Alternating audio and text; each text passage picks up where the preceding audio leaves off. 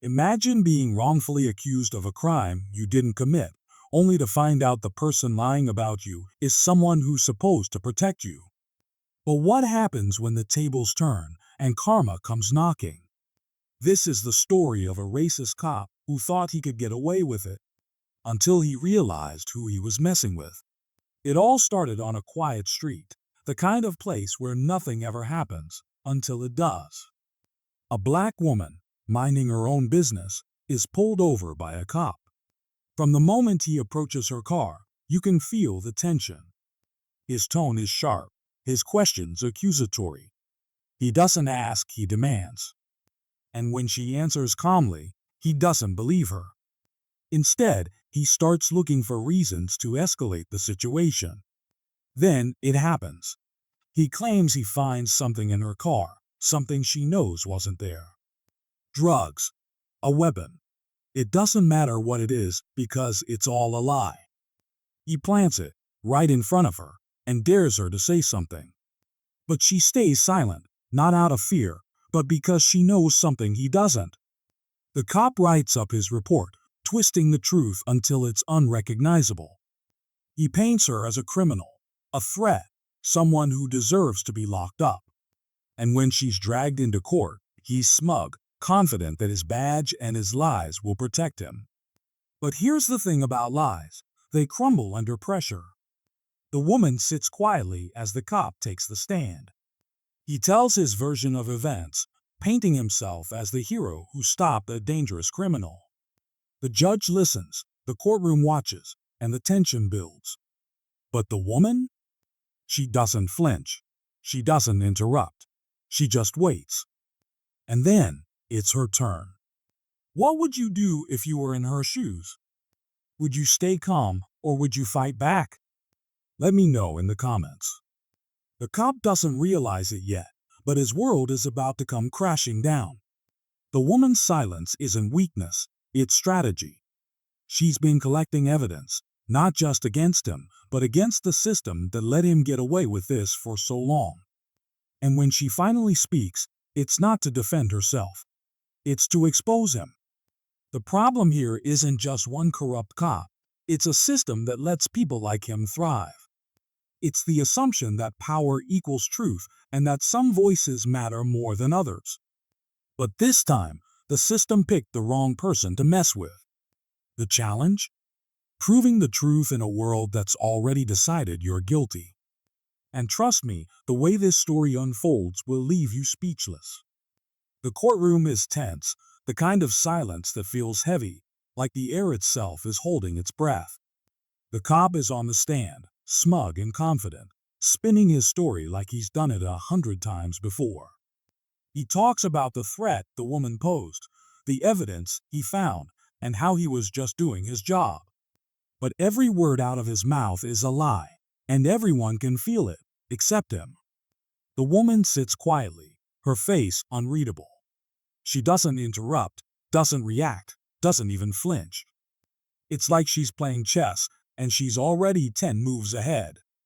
Her lawyer starts to peel back the layers of the cop's story, asking questions that seem simple at first, but slowly unravel everything. Officer, you claimed you found drugs in her car. Can you describe exactly where they were located? The cop hesitates. He wasn't expecting this. He stumbles over his words, his story shifting slightly with every sentence. The judge notices. The jury notices. And the woman? She just watches, her expression calm but piercing, like she's waiting for the perfect moment to strike. Then, her lawyer drops the first bomb. Security footage from a nearby store captures the entire traffic stop. The video shows the cop planting the evidence, clear as day. The courtroom erupts in whispers, but the woman doesn't react. She doesn't need to. The video speaks for itself. The cop starts to sweat. His confidence cracks, but he's not done yet.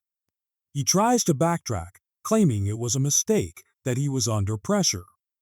But the lawyer isn't letting him off that easy. Officer, how many other mistakes have you made in your career? That's when the second bomb drops. The woman's lawyer presents a file, thick, filled with complaints and reports from other cases. Other victims. Other lies. The cop's history of misconduct is laid bare for everyone to see. His face goes pale, his hands trembling as he realizes what's happening. But the woman? She's still calm. She's been collecting evidence for years, not just against this cop, but against the system that let him get away with it.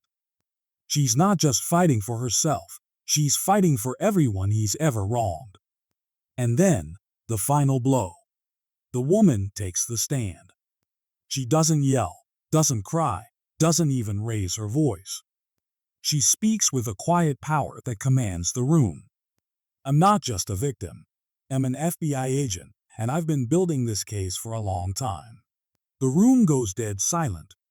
The cop's face drops. He thought he was untouchable, but he was wrong. What would you do if you were in that courtroom?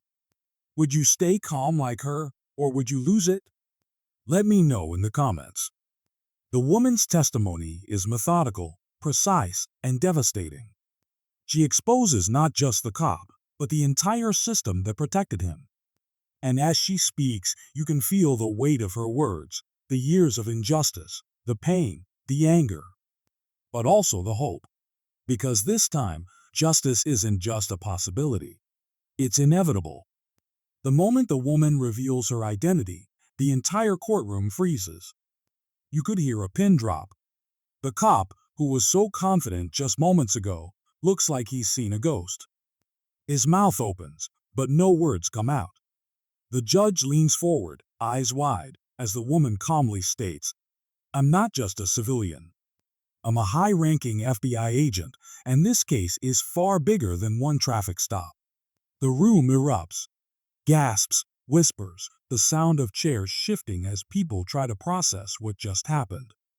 The cop's lawyer looks like he's about to faint. But the woman? She's ice cold. She doesn't smirk, doesn't gloat. She just lays out the facts, one by one, like she's been waiting for this moment her entire life. She pulls out a folder, thick, filled with documents, photos, and evidence. "This isn't just about me," she says, her voice steady but cutting through the room like a knife.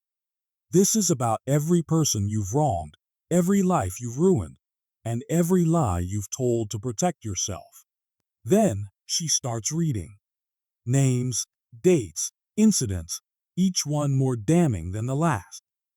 The cop's history of racial profiling, evidence tampering, and outright lies is laid bare for everyone to see. The judge's face hardens. The jury looks horrified. And the cop? He's crumbling. His hands shake, his face turns red, and for the first time, he looks small, powerless. But the woman isn't done. She turns to the judge and says, "Your Honor, this isn't just about justice for me.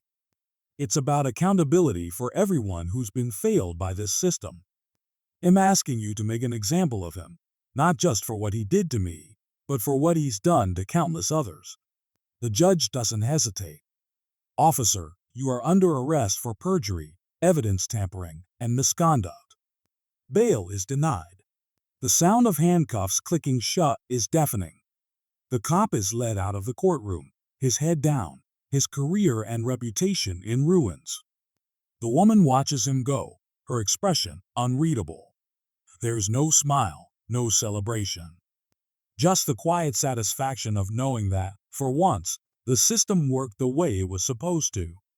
What would you have done if you were in her position? Would you have stayed as calm as she did, or would you have let your anger show? Let me know in the comments. This moment isn't just about one cop getting what he deserved.